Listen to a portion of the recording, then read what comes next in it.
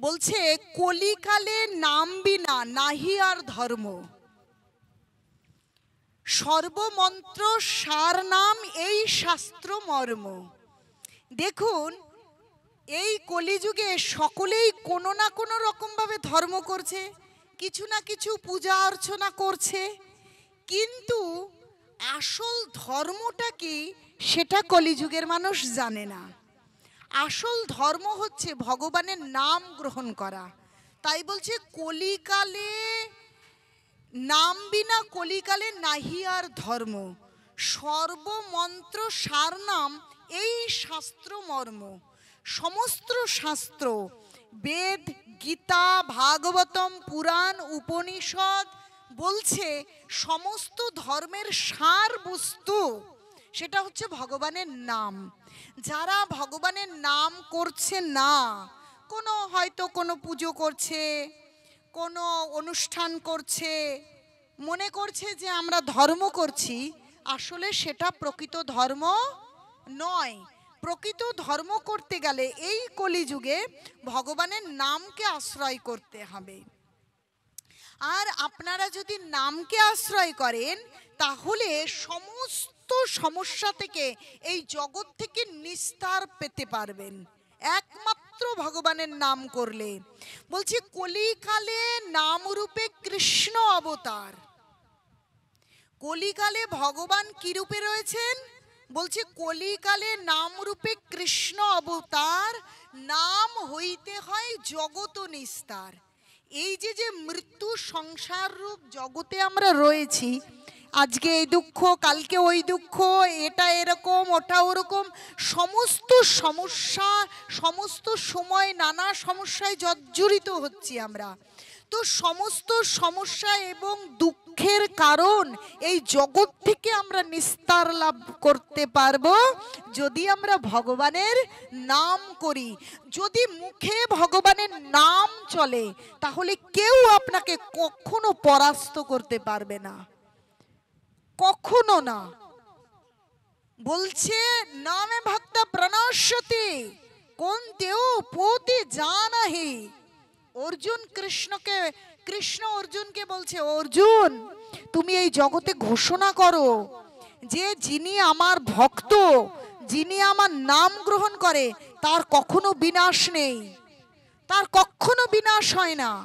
আমরা আসলে দেখি যে মানুষের মৃত্যু হয়, যিনি নাম করে তারও মৃত্যু হয়, যিনি নাম করছে না তারও মৃত্যু হয়, যিনি করছে তারও মৃত্যু হয়। আসলে আমরা বাইরে থেকে দেখি।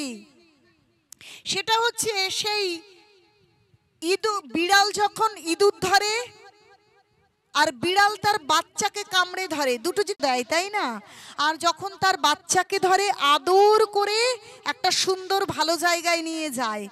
তাই যিনি ভগবানের নাম করে তার মৃত্যু, আর যে ভগবানের নাম করে না, দুটো মৃত্যু দেখতে একরকম হলেও আসলে একরকম নয়। সেই বিড়ালের ইঁদুর ধরা আর বিড়ালের বাচ্চা ধরার মতন। আপনারা বুঝতে পেরেছেন? তাই বলছে যদি মুখে ভগবানের নাম চলে কেউ আপনাকে কখনো পরাস্ত করতে পারবে না, এটাই শাস্ত্রীয় অভিমত। আর সেই জন্যেই ভগবানের নাম গ্রহণ। যত কলুষতা, যত পাপ আছে জ্ঞানে অজ্ঞানে, সমস্ত পাপ থেকে আমরা মুক্ত হতে পারি এই ভগবানের নামে। আর আমাদের চিত্তরূপ দর্পণ, আমাদের যে চিত্ত, মন, চেতনা পবিত্র হয় যদি আমরা ভগবানের নাম করি। পবিত্র না হলে তো আমরা ভক্ত হতে পারবো না, ভগবানের ধামেও যেতে পারবো না। কিন্তু পবিত্র কি করে হব? যেমন আপনারা সার্ফ দিয়ে জামা কাপড় কেচে সার্ফটাকে পরিষ্কার করেন, তাই না? এখন আমাদের মনে বলেন তো খারাপ আছে কি নেই? কে মাতাজি? এখন জামা কাপড় তো পরিষ্কার করছি সাবান দিয়ে ঘষে বা সার্ফ দিয়ে কেচে, কিন্তু এই মনটাকে কি করে পরিষ্কার করব? তাই গৌরাঙ্গ মহাপ্রভু এই পরিষ্কার করবার মন্ত্র নিয়ে এসেছেন, আর জগৎগুরু শ্রীল প্রভুপাদ সেটা আমাদের কাছে বিলিয়ে দিয়েছেন। সেটা কি? হরে কৃষ্ণ কৃষ্ণ কৃষ্ণ হরে হরে হরে রাম রাম রাম হরে হরে। এই যে মহামন্ত্র ভগবানের নাম, এই নাম যদি আমরা গ্রহণ করি তাহলে আমাদের চিত্তরূপ দর্পণ, আমাদের এই হৃদয় কি কলুষ মুক্ত হয়ে পরিষ্কার হবে। আর তাতে পরিষ্কার হলে কি হবে, তখন আমরা কি আনন্দ পাবো, শান্তি পাবো। নচেত আনন্দ পাওয়ার কোনো উপায় এ জগতে নেই। তাহলে আমরা আজকে এই হরিনামের গুরুত্ব, যে হরিনাম করলে কি করে সে পরাস্ত, তাকে কেউ কখনো পরাস্ত করতে পারে না, সেটা কেমন করে, সে বিষয়ে এক সুন্দর কাহিনী রয়েছে। তখনও কলিযুগ আসেনি, তখন রাজা হচ্ছে যুধিষ্ঠির মহারাজ রাজা, পাণ্ডবদের ভাই, বড় ভাই। আপনারা পাণ্ডব জানেন যে পাণ্ডবদের বড় ভাই যুধিষ্ঠির মহারাজ রাজা হয়েছেন। এখন যখন তারা যুদ্ধ জয় করেছেন, যুদ্ধ জয় করার পর তারা সেই অশ্বমেধ যজ্ঞ করবেন। এখন তখনকার দিনে নিয়ম, যজ্ঞ হবে অশ্বমেধ যজ্ঞ, তাহলে ঘোড়া ছেড়ে দিতে হবে। এখন যে রাজ্যের রাজা ঘোড়াকে প্রণাম করে দেবে, তার মানে সেই রাজ্য রাজার বশ্যতা স্বীকার করলো। আর যে রাজা ঘোড়াকে আটকে রেখে দেবে, সেই রাজার সঙ্গে যুদ্ধ হবে। যুধিষ্ঠির মহারাজ ওই ঘোড়া ছেড়ে দিয়েছে, যদি কেউ ঘোড়াকে আটকে রাখে তাহলে সেই রাজার সঙ্গে যুদ্ধ হবে পাণ্ডবদের। এখন এই চম্পাপুরী রাজ্যের রাজা ছিল হংসধ্বজ। তিনি ধার্মিক রাজা, তিনি ভক্ত রাজা।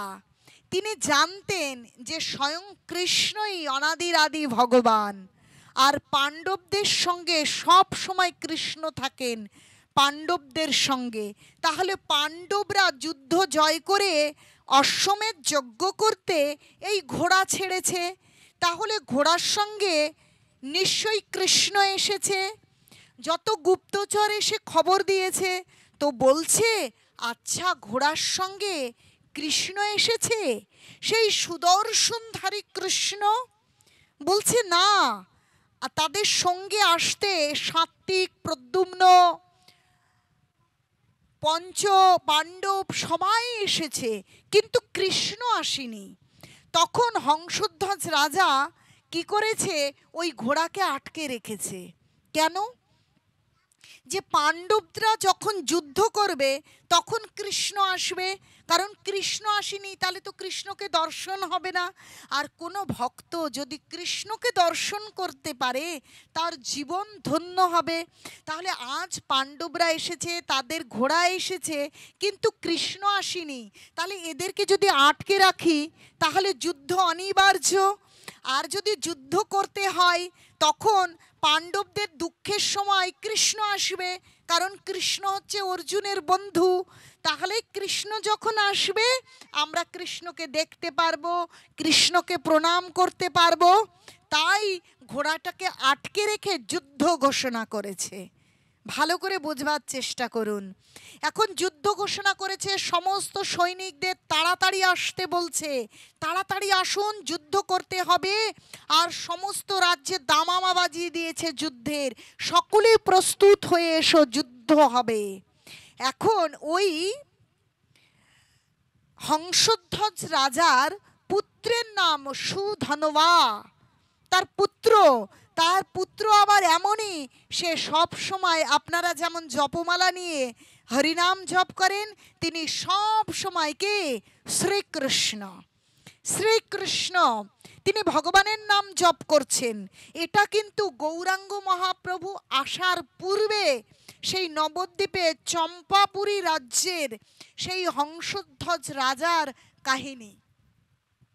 সুধনবা রাজপুত্র, তার সমস্ত বিলাসিতা, বৈভব সবকিছু রয়েছে, কিন্তু সে সবসময় ভগবানের নাম জপ করে।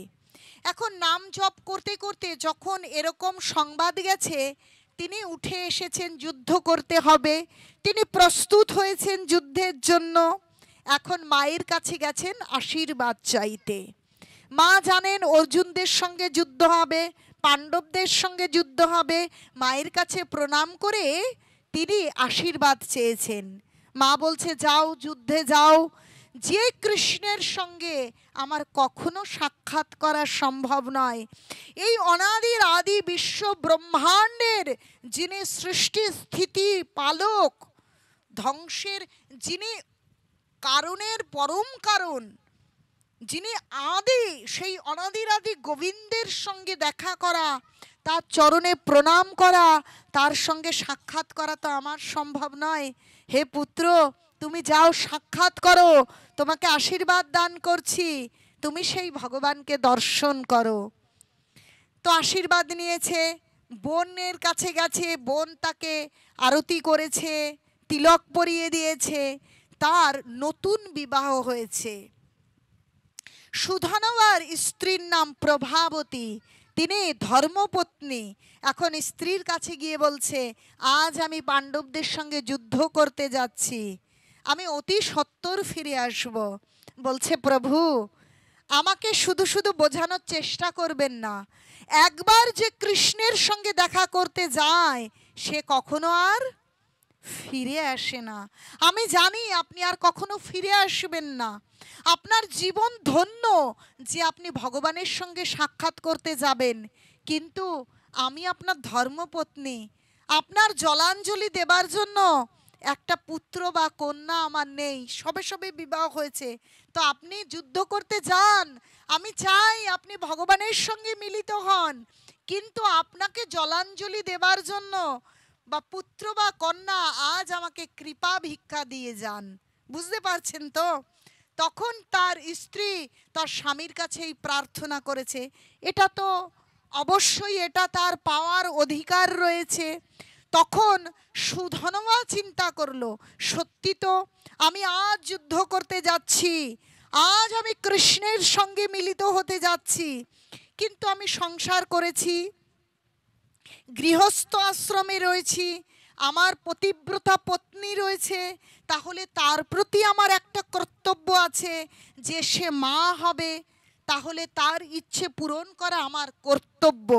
তো স্ত্রীকে খানিকটা সময় দিয়েছে, কিন্তু যেহেতু যুদ্ধটা অতি দ্রুত ঘোষণা হয়েছে, তার বাবা হংসধ্বজ ঘোষণা করেছে যে যুদ্ধক্ষেত্রে আসতে দেরি করবে তার জন্য একটা বড়, অনেক বড় কড়াইতে নিচে আগুন দিয়ে, মানে উনুনের উপর বসিয়েছে আর নিচে আগুন জ্বালিয়ে দিয়েছে, আর সেই কড়াইতে পরিপূর্ণ করে তেল দিয়েছে, আগুনে টকবক করে ফুটছে।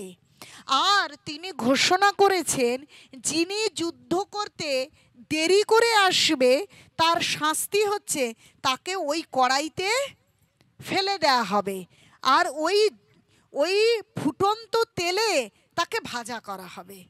যে দেরি করে আসবে তার এটা সাজা হবে, এইটা তিনি ঘোষণা করেছেন। আর সুধনবা তার মায়ের সঙ্গে দেখা করেছে, বোনের সঙ্গে দেখা করেছে, এখন তার স্ত্রীর সঙ্গে দেখা করতে গিয়ে স্ত্রীর প্রতি কর্তব্যের খাতিরে তার বিলম্ব হয়েছে। এখন সেই স্ত্রীর বাসনা পূরণ করে স্নান করে তার শয্যায় সজ্জিত হয়ে আসতে একটু সময় লেগে গেছে, বিলম্ব হয়েছে, মানে দেরি হয়েছে। রাজা ক্রুদ্ধ হয়েছে, কেন? সমস্ত সৈনিক এসে গেছে, তুমি আমার যোগ্য পুত্র, হ্যাঁ তুমি রাজপুত্র, তাহলে তোমার কেন এত দেরি হয়েছে? তোমার তো শাস্তি হবে। কি শাস্তি হবে? বলছে ওই ফুটন্ত কড়াইতে তোমাকে বসতে হবে। এখন সুধনবার মন খারাপ হয়ে গেছে, হায় হায়, আমাকে এখন এই কড়াইয়ের মধ্যে কাপুরুষের মতন মৃত্যুবরণ করতে হবে। সে কিন্তু জানে যে আজ আমি যুদ্ধ করতে গেলে নিশ্চয়ই পাণ্ডবের সঙ্গে আমি যুদ্ধ করে আমি ফিরে আসতে পারবো না, আমার মৃত্যু অবশ্যম্ভাবী। কিন্তু এটা তো কাপুরুষের মতন মৃত্যু, আমি কোথায় অভিলাষ করেছি আজ আমি যুদ্ধ করতে যাব, অর্জুন যুদ্ধ করতে আসবে, কিন্তু অর্জুন যখন আমার সঙ্গে যুদ্ধ করতে পারবে না, হেরে যাবে, তখন কি হবে? কৃষ্ণ আসবে, কারণ কৃষ্ণ সবসময় তাদের বন্ধু, তাদের পাশে থাকে। গীতায় দেখবেন যে কৃষ্ণ হচ্ছে অর্জুনের রথের সারথি, আর অর্জুন যুদ্ধ করছে। তাহলে অর্জুন যখন আমার সঙ্গে মোকাবিলা করে পারবে না, তখন কৃষ্ণ আসবে, কৃষ্ণকে আমি সামনাসামনি দেখব, কৃষ্ণকে আমি পুজো করব, কৃষ্ণকে আমি প্রণাম করব, তারপর আমি পরাক্রমে আমি বিক্রম দেখিয়ে যুদ্ধ করব, তারপর আমি তার চরণে আমি নিজেকে সমর্পণ করব, আমি বীরের মতন মৃত্যুবরণ করব, আমি সেই ভগবানের চরণে নিজেকে বিলিয়ে দেব। কিন্তু এ কি কাপুরুষের মতন মৃত্যু, ফুটন্ত কড়াইতে তেলের মধ্যে আমাকে মৃত্যুবরণ করতে হবে। সে কিন্তু মৃত্যুকে ভয় পাচ্ছে না, কিন্তু এই বিষয়টাই সে ভীষণ কে মন খারাপ হচ্ছে, সে বিষাদগ্রস্ত হয়েছে। হ্যাঁ, এইবার ওই যে তার পিতা রাজা, তার দুজন আচার্য ছিল। আগেকার দিনে রাজাদের বুদ্ধি প্রদান করতেন আচার্যরা। এখন সেই আচার্য তারা শাস্ত্র বেদ অধ্যয়ন করত, কিন্তু এই সুধনওয়া হংসধ্বজ রাজার পুত্র, সে কিন্তু খুব একটা ওই শাস্ত্রগ্রন্থ অধ্যয়ন করতো না। তাকে যখন ওই শঙ্খ এবং লিখিত নামক দুজন আচার্য, তিনি বলতেন তুমি শাস্ত্র অধ্যয়ন করো, তুমি শাস্ত্র অধ্যয়ন করো, কিন্তু তার অত শাস্ত্র অধ্যয়নে মতি নেই। তিনি কেবল বসে বসে কি করতেন, হরে কৃষ্ণ হরে কৃষ্ণ, তিনি সব সময় কৃষ্ণ কৃষ্ণ, জয় শ্রীকৃষ্ণ জয় শ্রীকৃষ্ণ এরকম নাম করতেন। এখন তারা বলতো তুমি শুধু নাম করো, এই নামে উদ্ধার পাওয়া যাবে না, তুমি শাস্ত্রগ্রন্থ অধ্যয়ন করো। কিন্তু ওই সুধনা বলতো না না আচার্য মশাই, নামই শ্রেষ্ঠ, নাম আর কৃষ্ণ অভিন্ন, যেই নাম সেই কৃষ্ণ, ভজ নিষ্ঠা করি, নামের সহিত আছে আপনি শ্রীহরি, নামই শ্রেষ্ঠ, আমি নাম করব। এখন ওরা এ নাম করে আর ওনারা শাস্ত্রগ্রন্থ অধ্যয়ন করে, তাই ওনাদের এই সুধনওয়ার প্রতি একটু রাগ। হ্যাঁ, আমরা আচার্য, আমরা কোথায় গুরুদেব, আমাদের কথা শুনছে না, বেদ শাস্ত্র পুরাণ অধ্যয়ন করছে না, কেবল কি হরে কৃষ্ণ, কেবল কৃষ্ণ, কেবল কৃষ্ণ। ভালো হয়েছে, আজ শাস্তি হয়েছে, আজ তাহলে একটু প্রতিশোধ নিয়ে নিই। তার পিতা যখন নির্দেশ দিয়েছে, আচার্যদের কাছে জিজ্ঞেস করছে, পুরোহিত মশাই আজকে তাহলে এই শাস্তি কি করা যায়? বলছে হ্যাঁ হ্যাঁ শাস্তি দিয়ে দিন, এত দেরি কেন করেছে? কিন্তু যে মন্ত্রীরা বসেছিল সেই মন্ত্রীরা ভাবছে হায় হায়, কত ভক্তিময়, কত ভালো ছেলে, হ্যাঁ ভক্ত ছেলে, রাজপুত্র কত ভালো, আজ তার এভাবে মৃত্যু হবে? না, মৃত্যু হওয়ার দরকার নেই, কিন্তু শঙ্খ আর লিখিত আচার্যগণ অনুমতি দিয়ে দিয়েছে, তাতে স্বাক্ষর করেছে, সেটার তো আর অন্যথা হবে না। রাজা বলছে এ নিয়মের কোনো কি কোনো উল্টো হবে না, এই নিয়ম কখনো নষ্ট হবে না, যে নির্দেশ ঘোষণা হয়ে গেছে সেই নির্দেশ অনুযায়ী শাস্তি হবে, ওকে ফুটন্ত তেলের মধ্যেই নিক্ষেপ করতে হবে। তো ওকে কি করবে? শ্রীকৃষ্ণের নাম স্মরণ করছে, বলছে যিনি ভগবানের নাম করবে দুঃখে কি সুখে, বলছে সুখে দুঃখে কখনো ভগবানকে ভোলা চলবে না। তো ওকে জ্বলন্ত উনানের ওপর, টক বক করা ফুটন্ত কড়াইয়ের ওপর বসিয়ে দিয়েছে, সেখানে বসেও সুধনওয়া জয় শ্রীকৃষ্ণ জয় শ্রীকৃষ্ণ, তার কোনো দিকে ভ্রুক্ষেপ নেই, তেলটা গরম না ঠান্ডা, তার গায়ে গরম লাগছে না ঠান্ডা লাগছে, তার কোনো অনুভব নেই, তিনি কেবল তার মধ্যে বসে কি জয় শ্রী কৃষ্ণ জয় শ্রী কৃষ্ণ এইভাবে হরিনাম করছেন। এখন সকলে দেখছে, দেখুন যদি আগুন লাগানো হয় আমাদের শরীরে, আগে কোন অংশ পড়ে জানেন? আগে গায়ের লোম আর চুলটা পুড়ে যাবে, মুহূর্তের মধ্যে ফত করে ধরবে। কিন্তু গরম ফুটন্ত তেলের মধ্যে বসে আছে, কিন্তু তার একটা গায়ের লোমও পুড়ছে না। তখন সবাই অবাক হয়ে যাচ্ছে, কি ব্যাপার, তার গায়ের লোমও পুড়ছে না, আর ফুটন্ত তেলে একটা এক্ষুনি মাছ কেটে এনে দিলেও সেটা লাফায় না, আর এখানে এই জীবন্ত বসে আছে আর কি না জয় শ্রীকৃষ্ণ বলছে। এটা কি করে সম্ভব, এটা কি হতে পারে কখনো? তখন তারা ভাবছে কোনো বৈদ্য বা কেউ টুকটাক মন্ত্রে বুঝি তার এই ফুটন্ত তেলে কাজ হচ্ছে না। কিন্তু বলছে না, এরকম তো হতে পারে না, কোনো বৈদ্য এরকম মন্ত্র পড়বে, তেলের গরম লাগবে না, তাহলে কি করি? ওরা না বুঝে উঠতে পারছে না। তখন শঙ্খ আর লিখিত ওই আচার্যগণ ভাবছে একটু পরীক্ষা করা দরকার, এত গরম তেলে এ পুড়ছে না কেন। তখন নারকেল ছাড়িয়ে একটা নারকেল, ওই মালাসহ নারকেল কি করেছে, ওই ফুটন্ত তেলের মধ্যে দিয়ে দিয়েছে। আর যাবা কোথায়, নারকেলটা ফটাস করে পুড়ে ফেটে ওই শঙ্খ আর লিখিতের গায়ে গিয়ে আগুনটা পড়েছে, পড়ে গিয়ে একদম গায়ে আগুন ধরে ফোসকা পড়ে গিয়েছে। হাই হাই, যদি কোনো মন্ত্রতন্ত্রে কাজ হতো তাহলে তো এই নারকেলটা দেয়া হলো। যখন তার এরকম গা জ্বলছে, পুড়ে গেছে, তখন ওদের চেতনা এসেছে, হায় ভগবান, আমরা বুঝতে পারিনি, এ তো কোনো সাধারণ বিষয় নয়। এই সুধনওয়া যে ভগবানের নাম করে, এর নামের কি প্রভাব আমরা বুঝতে পারিনি। এ নাম করে বলে আমরা হিংসা করেছি, আমরা এরকম এর প্রতি এরকম করেছি।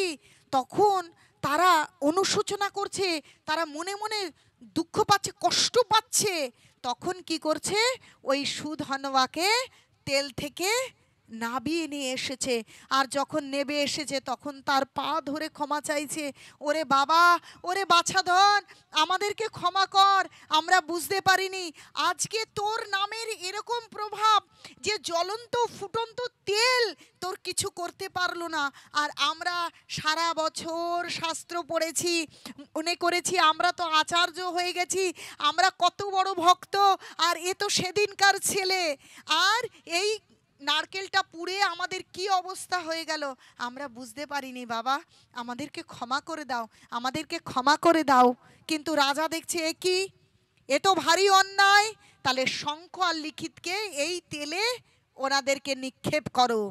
তখন ওই আচার্যদের বিধান হয়েছে, শাস্তি হয়েছে, ওই তেলের মধ্যে ওনাদেরকে বসিয়ে দেওয়া হবে। এখন ওনাদেরকে যখন বসিয়ে দেওয়া হচ্ছে, দেখুন ভক্ত কেমন পরম দয়ালু হয়। আমরা ভাবতে পারি ইনি কেন এরকম করবে, এনার কি স্বার্থ আছে, কেন আমাদের জন্য করবে। কিন্তু জানেন, ভগবানের যারা ভক্ত হয় তারা পরম দয়ালু হয়। যিনি তাকে কষ্ট দেন, তাকে শাস্তি দেন, যন্ত্রণা দেন, তার প্রতিও তার দয়া থাকে। তাই যেমন হিরণ্যকশিপু ওই প্রহ্লাদ মহারাজকে কষ্ট দিয়েছিল, কিন্তু শেষ পর্যন্ত প্রহ্লাদ মহারাজই সেই নৃসিংহ ভগবানের কাছে প্রার্থনা করছে, আমার পিতা দৈত্যরাজ আমাকে অনেক কষ্ট দিয়েছে, আমাকে মারতে চেয়েছে, কিন্তু তবুও তাকে আপনি ক্ষমা করুন, আপনি তাকে কৃপা করুন। আর আজ সুধনওয়া ওই হংসধ্বজ রাজার যে আচার্য শঙ্খ এবং লিখিত, যারা কিনা তাকে হিংসা করেছে, তাদেরকে কষ্ট প্রদানে, শাস্তি প্রদানে প্ররোচিত করেছে, তাদেরকে যখন কড়াইয়ের মধ্যে বসিয়ে দিয়েছে, তখন ওই সুধনওয়া আবার জয় শ্রীকৃষ্ণ, জয় শ্রীকৃষ্ণ, ও কৃষ্ণ, ও ভগবান, তুমি কৃপা করো, তুমি ওনাদের কৃপা করো, ওনাদের পুড়িয়ে দিও না, তুমি ওনাদের রক্ষা করো। দেখুন, যদি কোনো ভক্ত ভগবানের কাছে প্রার্থনা করে, ভগবান কৃপা করবেন কিনা জানি না, কিন্তু যখন কোনো ভক্ত ভগবানের কাছে প্রার্থনা করে, হে কৃষ্ণ তুমি এদেরকে কৃপা করো, তুমি এদেরকে ভক্তি দাও, তুমি এদেরকে ভালো করো, তখন ভগবান বলছে আমি কাউকে রক্ষা করতে পারি কিনা আমি জানি না, কিন্তু আমার ভক্ত যদি কাউকে বলে আমি আমার ভক্তের কথা অবশ্যই রক্ষা করি।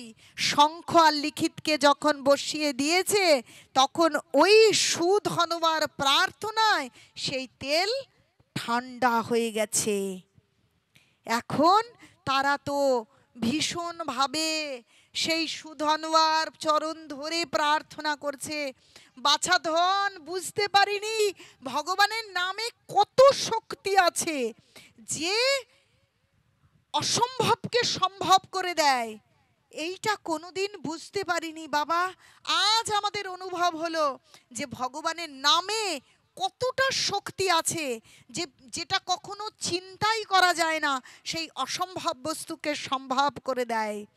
সমস্ত বিষয় যখন ঠান্ডা হলো, যখন সকলে ভুল বুঝতে পারলো, তখন সুধনবা তার বাবাকে প্রণাম করে বলল, বাবা আমার এখন কি নির্দেশ? পিতা আপনাকে বলুন আমি কি করব?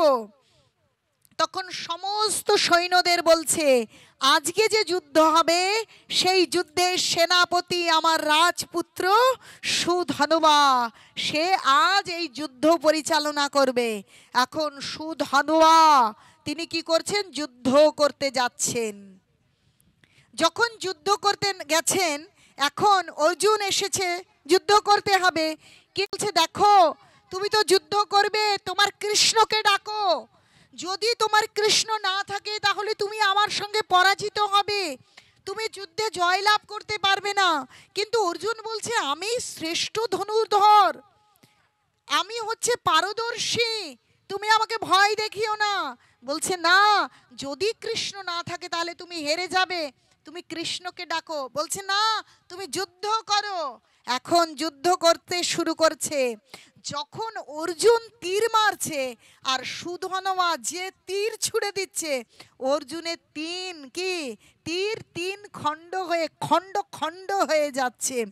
যখন দেখছে বাপরে ই কি পরাক্রমে যুদ্ধ করে, এই রকম তীরন্দাজ তো কখনো দেখিনি, আমার তীরকে আমার ছোড়া বানকে এইভাবে নষ্ট করে, এরকম তো কখনো দেখিনি।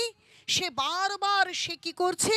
তীর ছুটছে, আর সুধনবা তার তীর মেরে সব খণ্ড খণ্ড করে কেটে দিচ্ছে।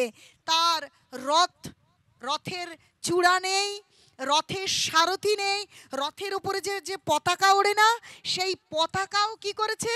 তীর দিয়ে সেটাকে কেটে দিয়েছে। এখন বলছে অর্জুন তুমি তোমার সখা কৃষ্ণকে আহ্বান করো, কৃষ্ণকে ডাকো। সত্যি সত্যি অর্জুন ভয় পেয়েছে। সত্যি তো, যদি কৃষ্ণকে না ডাকি তাহলে তো বিজয় অসম্ভব। তখন কৃষ্ণকে ডাকছে, কৃষ্ণ সখা তুমি কোথায় আছো? তুমি তাড়াতাড়ি আসো। এখন কৃষ্ণকে যখনই ডাকা তখনই স্বয়ং কৃষ্ণ কি করছেন? স্বয়ং কৃষ্ণ এসে গেছেন। আর যখনই কৃষ্ণ এসেছেন তখনই হে মুকুন্দ, হে গোবিন্দ, আমার কোনো মৃত্যু ভয় নেই, আমি শুধু তোমাকে দর্শন করি, তোমার চরণে প্রণতি নিবেদন করি, তোমার চোখে চোখ রেখে আমি যুদ্ধ করি, এটাই আমার বড় অভিলাষ। তাই আজ ভগবানকে সুধনবা প্রাণ ভরে প্রণাম করছে, প্রাণ ভরে তার দুটো চোখ দিয়ে সে কৃষ্ণকে দর্শন করছে। এমন ভাবে দর্শন করছে তার চোখ মন ভরে, যে এমন রূপ সে জীবনে কখনো আর দেখেনি, আর কখনো দেখতেও পারবে না। এমন ভাবে বিহ্বল দৃষ্টিতে সে দর্শন করছে এবং প্রণাম করেছে। তারপর কৃষ্ণ গিয়ে ওই রথে উঠেছে যখন, তখন সুধনবা 100টা তীর কি করেছে? সে ছেড়েছে। 100 বান দিয়ে সে ভগবানের পুজো করেছে। বান ঘুরে ঘুরে গিয়ে ভগবানের চরণে গিয়ে প্রণাম করছে। 10টা বান দিয়ে অর্জুনকে পুজো করেছে, আর একটা বান এমন মেরেছে যে রথকে, লাট্টু কেমন ঘুরে দেখেছেন, একদম রথটা লাঠিমের মতন ঘুরতে ঘুরতে গিয়ে 100 হাত দূরে গিয়ে পড়েছে। সেখানে গিয়ে পড়ে গিয়ে দাঁড়িয়েছে, বলছে যুদ্ধ করো অর্জুন, যুদ্ধ করো। এখন তো তোমার সারথি সেই অনাদির আদি কৃষ্ণ, এই বিশ্ব ব্রহ্মাণ্ডের মালিক, জগতের নাথ, তিনি এসেছেন। এখন তুমি, তোমার বিজয় অবশ্যম্ভাবী, এখন তো তোমার আর কোনো ভয় নেই, তাহলে তুমি যুদ্ধ করো। এখন অর্জুন যুদ্ধ করছে, অর্জুন তীর ছুঁড়ছে, কিন্তু তীরগুলোকে সুধনা কি করছে, সব কেটে ফেলছে। তার এরকম পরাক্রম যুদ্ধ দেখে কৃষ্ণ অভিভূত হয়ে যাচ্ছে। ও অর্জুন, তুমি গান্ডীবে দিব্যস্ত্র প্রদান করো, কোনো সাধারণ বাণ দিয়ে একে তুমি পরাজিত করতে পারবে না। দিব্যস্ত্র প্রদান করছে, কিন্তু সেই দিব্য বাণকেও সুধনবা কেটে কেটে দিচ্ছে। বলছে শোনো, তুমি একটা কাজ করো, আমি যে গোবর্ধন রক্ষা করে, গোবর্ধন দিয়ে যে গোপ, যে গোপ বালক এবং যে ওই ব্রজের যত গোপ গোপী ছিল তাদের রক্ষা করেছিলাম, সেই সমস্ত স্বীকৃতি তোমার বাণে দিচ্ছি, তুমি এইবার বাণ ছাড়ো। কিন্তু বাণ ছাড়ছে, কিন্তু সুধনবা তা কেটে নাবিয়ে দিচ্ছে। বলছি তুমি কালকে আহ্বান করো, তারপর বাণটা ছাড়ো। কেন? কৃষ্ণ স্বয়ং শক্তি দিচ্ছে, অর্জুন সমস্ত দিব্য শক্তি প্রয়োগ করছে, কিন্তু বাণ কেটে নামিয়ে দিচ্ছে সুধনবা। তার কারণটা কি? কারণ সে বাণ ছাড়ছে কি করে জানেন? প্রতিমুখে জয় শ্রী কৃষ্ণ, বাণ ধরছে জয় শ্রী কৃষ্ণ, ছেড়ে দিচ্ছে জয় শ্রী কৃষ্ণ, বাণ উল্টো দিক থেকে আসছে জয় শ্রী কৃষ্ণ। তার কোনো ভয় নেই, কোনো দিকে ভ্রুক্ষেপ নেই, কোন দিকে কি হচ্ছে কিছু জানে না, সে শুধুমাত্র প্রতিরোধ করছে, আর মুখে কেবল জয় শ্রী কৃষ্ণ। কৃষ্ণ স্বয়ং বলছে আমা হতে আমার নাম বড়, আর নামের থেকে আমার ভক্ত বড়। চিন্তা করে দেখেছেন? বলছে আমার থেকেও আমার নাম বড়। একদিকে ভগবান, আর একদিকে সুধনবা ভগবানের নামকে নিয়ে রয়েছে, সেই নামে সমস্ত বাণ টুকরো টুকরো হয়ে যাচ্ছে। তখন অর্জুনকে বলেছে তুমি রামচন্দ্রের যত স্বীকৃতি, কারণ রামচন্দ্র মর্যাদা পুরুষোত্তম, কৃষ্ণ রাম জগন্নাথ অভিন্ন কিন্তু, এবং গৌরাঙ্গ মহাপ্রভু সমস্ত শক্তি প্রদান করে যখন অর্জুন তীর নিক্ষেপ করেছে, সেই তীরটাও সুধনবা জয় শ্রীকৃষ্ণ বলে যখন তীর নিক্ষেপ করেছে, সেই তীরটাও কেটে টুকরো টুকরো হয়ে গেছে। কিন্তু কাটা তীর এসে সুধনবার গলাটা নিচে পড়ে গেছে। আর গলাটা গিয়ে কোথায় পড়েছে জানেন? একদম ভগবানের পায়ের ওপরে, চরণে গিয়ে পড়েছে। বলছে মৃত্যু অবশ্যম্ভাবী মাতাজি, যিনি ভগবানের নাম করবেন তারও মৃত্যু হবে, যিনি ভগবানের নাম করেন না তারও মৃত্যু হবে, যিনি চোর ডাকাত অনাচারী তারও মৃত্যু হবে, যিনি সাধু তারও মৃত্যু হবে। কিন্তু মৃত্যু সার্থক কোথায়? যে মৃত্যু আমাদেরকে ভগবানের চরণে নিয়ে যাবে, সেই মৃত্যু হচ্ছে সার্থক। সেই মৃত্যুর জন্যে, যে মৃত্যু আমাদেরকে ভগবানের চরণ আর ভগবানের ধাম, ভগবানকে পাইয়ে দেয়, সেই মৃত্যুর জন্য আমাদের ভগবানের নাম করা অভ্যাস করতে হয়, যেন দুঃখে সুখে এবং শ্রেষ্ঠ পরীক্ষা মৃত্যুর দিন, মৃত্যুর শয্যায়, মৃত্যুর সময়ও যাতে সেই ভগবানের নাম এবং ভগবানকে স্মরণ আসে, সেই জন্যই অভ্যাস করতে হয়। দেখুন মৃত্যু কত ধন্য, আজ সুধনবার মাথাটা গিয়ে পড়েছে ভগবানের চরণে, ভগবানকে প্রণাম করছে, আর ভগবান সেটা তুলে তার হৃদয়ে জড়িয়ে ধরেছে। আজ সে গ্রহণ করেছে সুধনওয়াকে। জানেন সুধনওয়ার কি প্রাপ্তি হলো? আজ তার ভগবান প্রাপ্তি হলো, তার মানব জীবন সার্থক হলো, তার যুদ্ধ করা সার্থক হলো, কারণ সে ভগবানকে পেয়ে গিয়েছে। জয়লাভ হয়েছে অর্জুনের, কিন্তু আসল জয় কার হয়েছে আপনারা বলতে পারেন? আসল জয় আজ সুধনওয়ার হয়ে গিয়েছে। আমাদের জীবনের উদ্দেশ্যও তাই, যেন আমরা ভগবানের চরণে যেতে পারি। আমরা যদি ভগবানের চরণে যেতে না পারি, তাহলে আমাদের এই জীবনটা কখনো মানুষ, কখনো টিকটিকি, কখনো পাখি, কখনো পশু, সমস্ত সময় যন্ত্রণায়, জন্ম মৃত্যু জরা ব্যাধির যন্ত্রণায় গোল গোল ঘুরছি আর কষ্ট পাচ্ছি। সেই কষ্টের থেকে নিস্তার ভগবানের চরণ লাভ করা, আর সেই চরণ লাভ করতে পারবো একমাত্র যদি আমরা ভগবানের নামকে আশ্রয় করি। কিন্তু নামকে আশ্রয় করলেও যার যা কাজ, সুধনওয়া রাজপুত্র ক্ষত্রিয়, তার কাজই ছিল যুদ্ধ করা।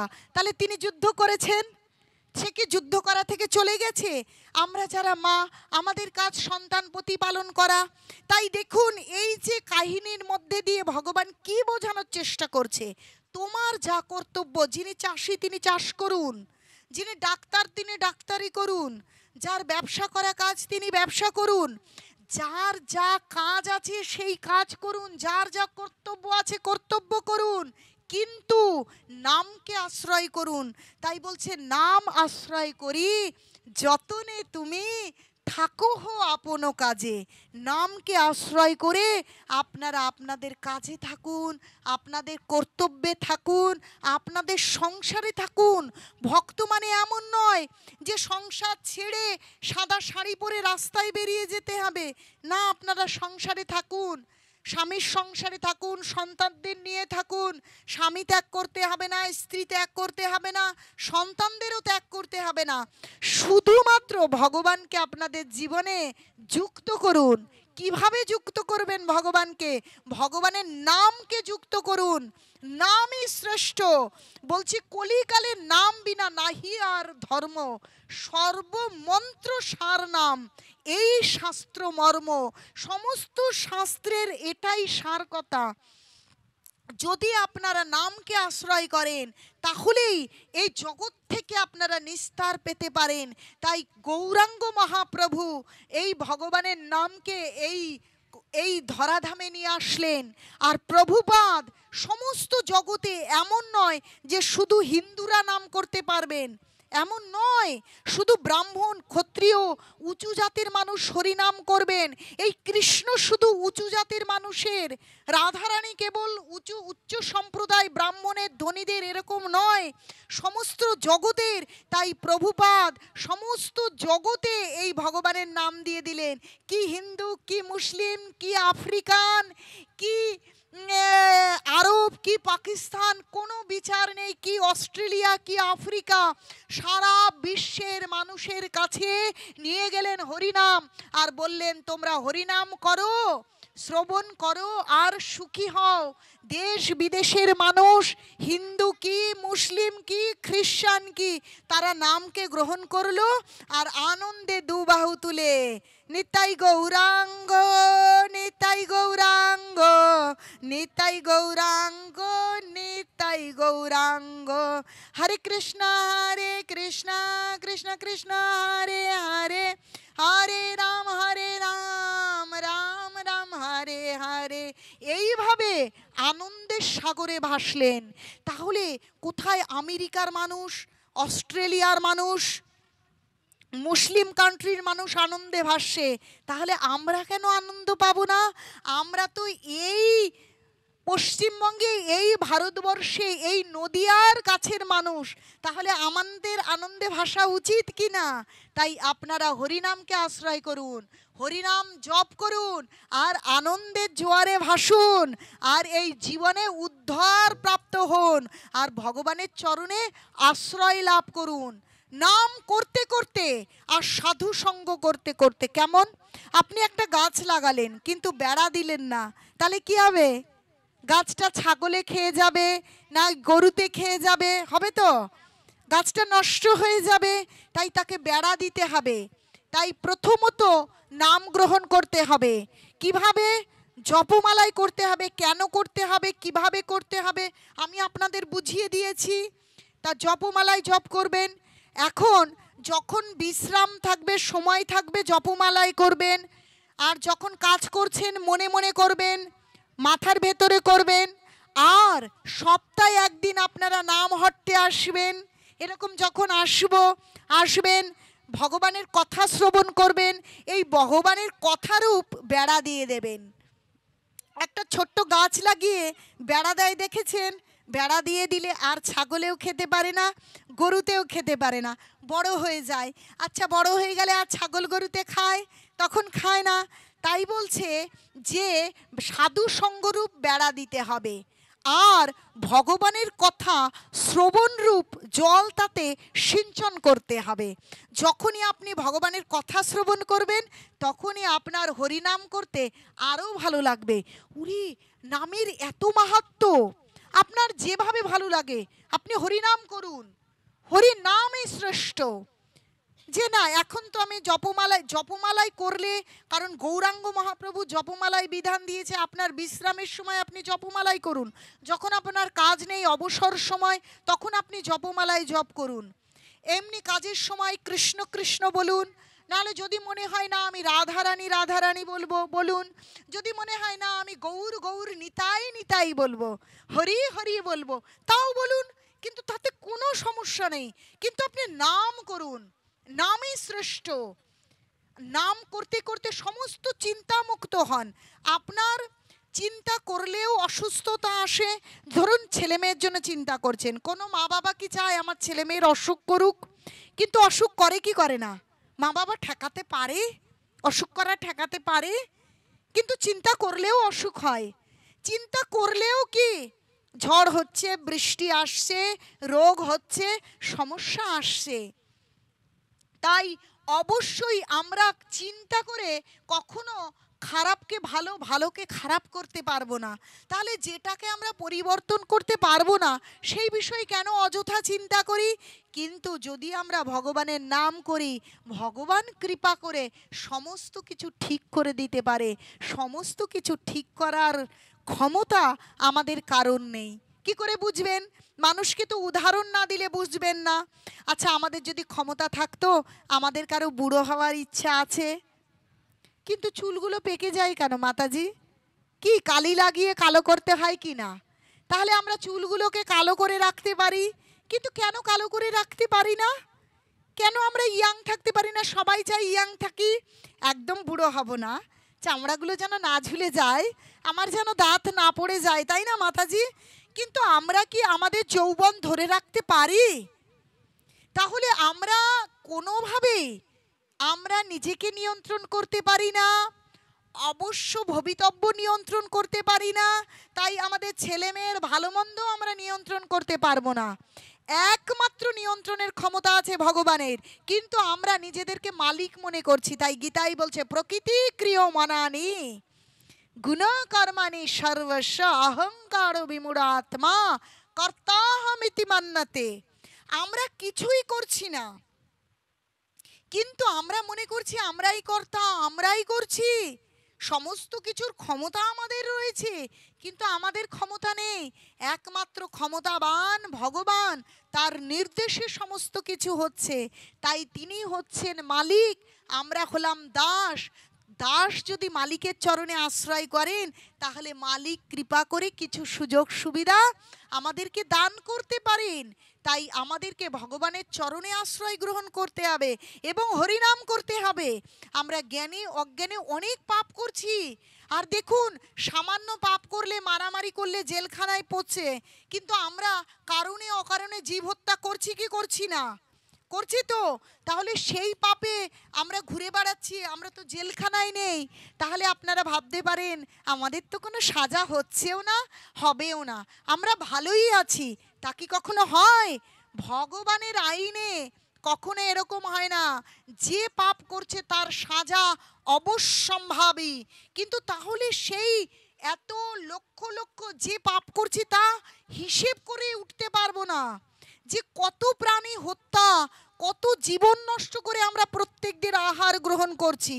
চিন্তা করে দেখুন, প্রত্যেক দিন লাউড়ে, কুমড়োরে, পেঁপেরে, ডাঁটারে কেটে কেটে নিয়ে তো আসছি। শুধু কি মুরগি, শুধু কি ছাগল, শুধু কি মাছ কাটছি? তাহলে প্রতি মুহূর্তে ইঁদুর, বিড়াল, আরশোলা, পিঁপড়ে কত কিছু মেরে ফেলছি কি ফেলছি না, কিন্তু আমাদের সাজা হচ্ছে না। কিন্তু পাপ এমন একটা জিনিস, বলে পাপে ছাড়ে না কি? ছাড়ে না। তাহলে কি করে আমরা এই যে এত যন্ত্রণা পাচ্ছি, কারণে অকারণে ব্যথা পাই, হঠাৎ করে প্লেন অ্যাক্সিডেন্ট হলো, একসঙ্গে 200-250 লোক মারা গেল, আর একসঙ্গে যখন ঘরটা লেপতে গিয়ে একসঙ্গে 100 পিঁপড়েকে মেরে ফেলছি।